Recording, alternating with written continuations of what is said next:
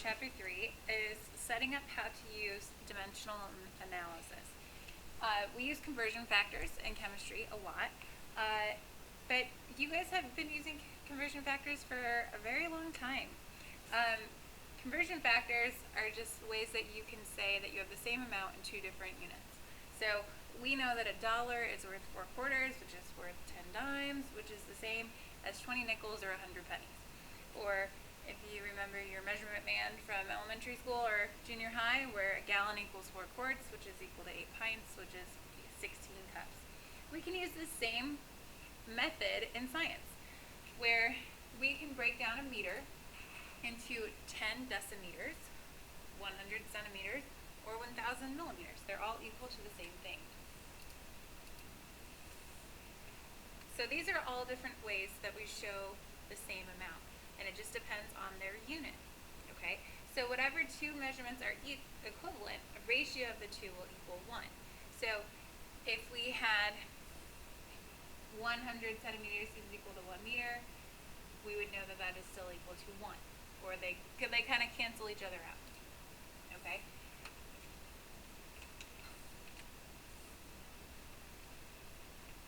When a measurement is multiplied by a conversion factor, the numerical value is generally changed by the actual size of the quantity measured remaining. When a measurement is multiplied by a conversion factor, the numerical value is generally changed, but the actual size of the quantity measured remains the same. So, for example, we have some conversion factors here. Notice how they're just kind of flip-flopped between the two. So we have 1,000 grams over 1 kilogram, and we can flip-flop that to say 1 kilogram over 1,000 grams. We could even do that with scientific notation, like it shows on the right side. So dimensional analysis is this big term that I use to kind of describe this method of solving the problem, okay? Sometimes you might feel this is so much work, but doing it now for easier, more relatable topic will help us when we get into something that's called moles in the second semester, and we're going to use the same method there, okay? So we are, for example 6, going to show how many seconds are in a workday that lasts exactly 8 hours. So when you're given word problems, we need to figure out what do we want, what do we have, how do we get there, okay? So I like to list on the side my want and my have.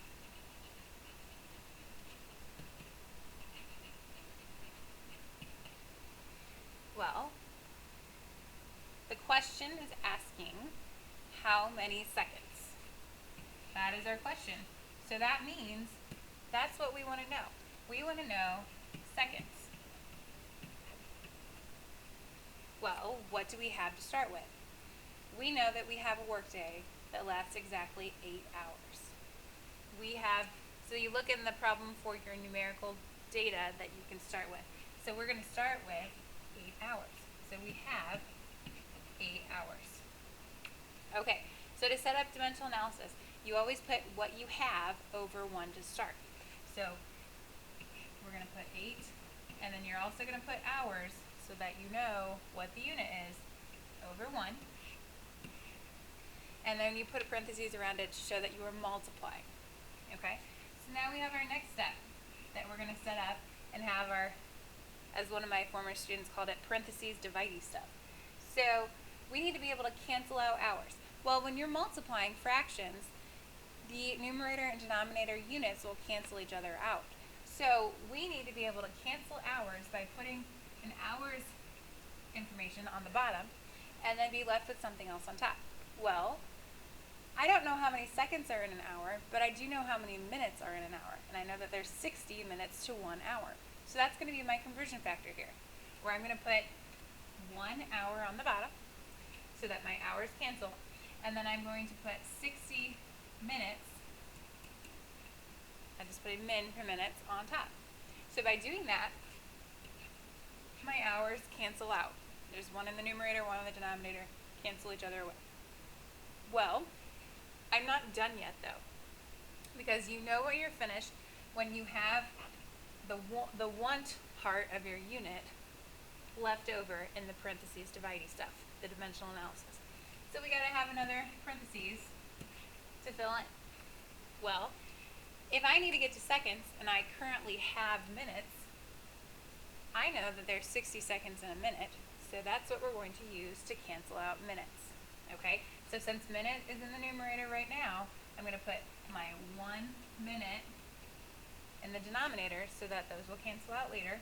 And then I have 60 seconds, and I'm just going to put an S for seconds on top. So then my minutes cancel away. And I have seconds, which is what we're trying to solve for, so we can go ahead and solve. When you are solving dimensional analysis, you want to multiply across the top and multiply across the bottom. So I have 8 times 60 times 60 is equal to 288,000 over, and then at the bottom I have 1 times 1 times 1, so over 1. So that is going to just be 288,000, and then our unit is what we're solving for, what we want, so that's seconds. Is that incorrect significant figures? No, it's not, because we had 8 hours to start, so we are going to make this 1 sig fig by stopping after the 2, looking next door, and rounding up. So our final answer is 300,000 seconds.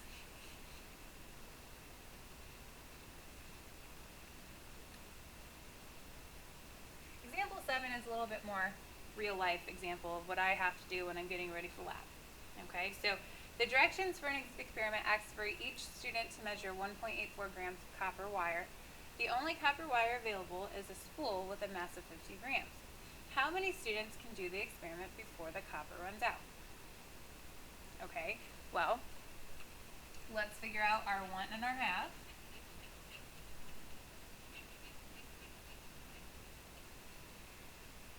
So the question asks how many students can do the experiment. So I want to know the number of students. So I want to know students. What do I have to start with? Well, I have a couple bits of information. I have 2 numbers here. I have 1.84 grams and I have 50 grams. The 50 grams we're going to count as our have step because we have 50 grams of the stuff. The 1.84 grams of copper wire, that is going to be our conversion factor. That's going to be what we use to go from grams to students, okay? Because it says that each student measures 1.84 grams of copper. So that means that one student, I'm going to just write stud because you guys are all studs, is equal to 1.84 grams of copper. So that's going to be our way of switching between grams and students. So to set up our dimensional analysis, we're going to put our have over 1. So I have 50.0 grams over 1. And then for our next part, I need to cancel grams away because that's what I'm beginning with. So I'm going to put grams on the bottom, and I want to know about students, so I'm going to put my studs on top. Okay? Well, I know from the problem that one student is equal to 1.84 grams of copper wire. So when I have that filled in, my grams cancel away. I'm left with students, which is what I need to solve for. So now we can go ahead and solve. When we do it this time, across the top, we get 50.0 still. And across the bottom, 1 times 1.84 is 1.84. So then we need to divide those two numbers. And when you divide those two numbers, you get 27.17. You might have some more, but I just wrote those down. Students. Well, question, can we have 0.17 of student? No, because that would be gross. So that would just be part of a person. So we need to round this to a whole number for the problem to make sense. So we're going to round down and say that we can have about 27 students. So that means that about 27 students can use that spool of wire to make their copper experiment happen.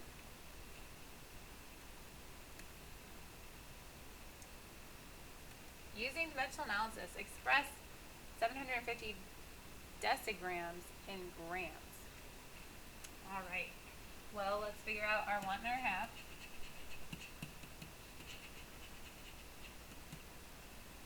We want to express in grams. So this grams, I'm just going to put a G for grams, is our want part. And we have decigrams as our number, so 750 decigrams.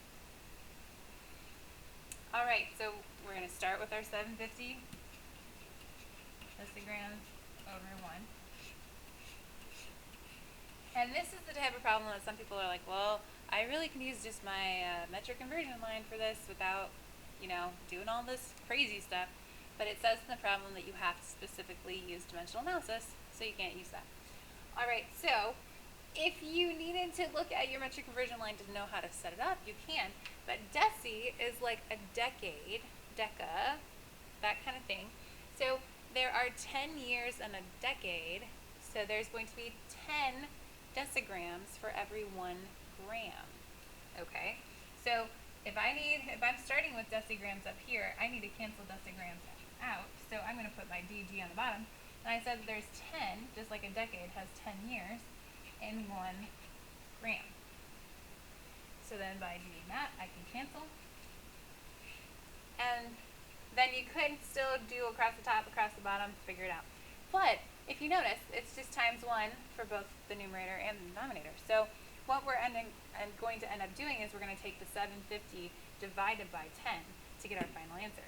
And when you do that, you get 75 grams. And hey, guess what? That's already incorrect sig figs. Lucky us. Last but not least, example 9.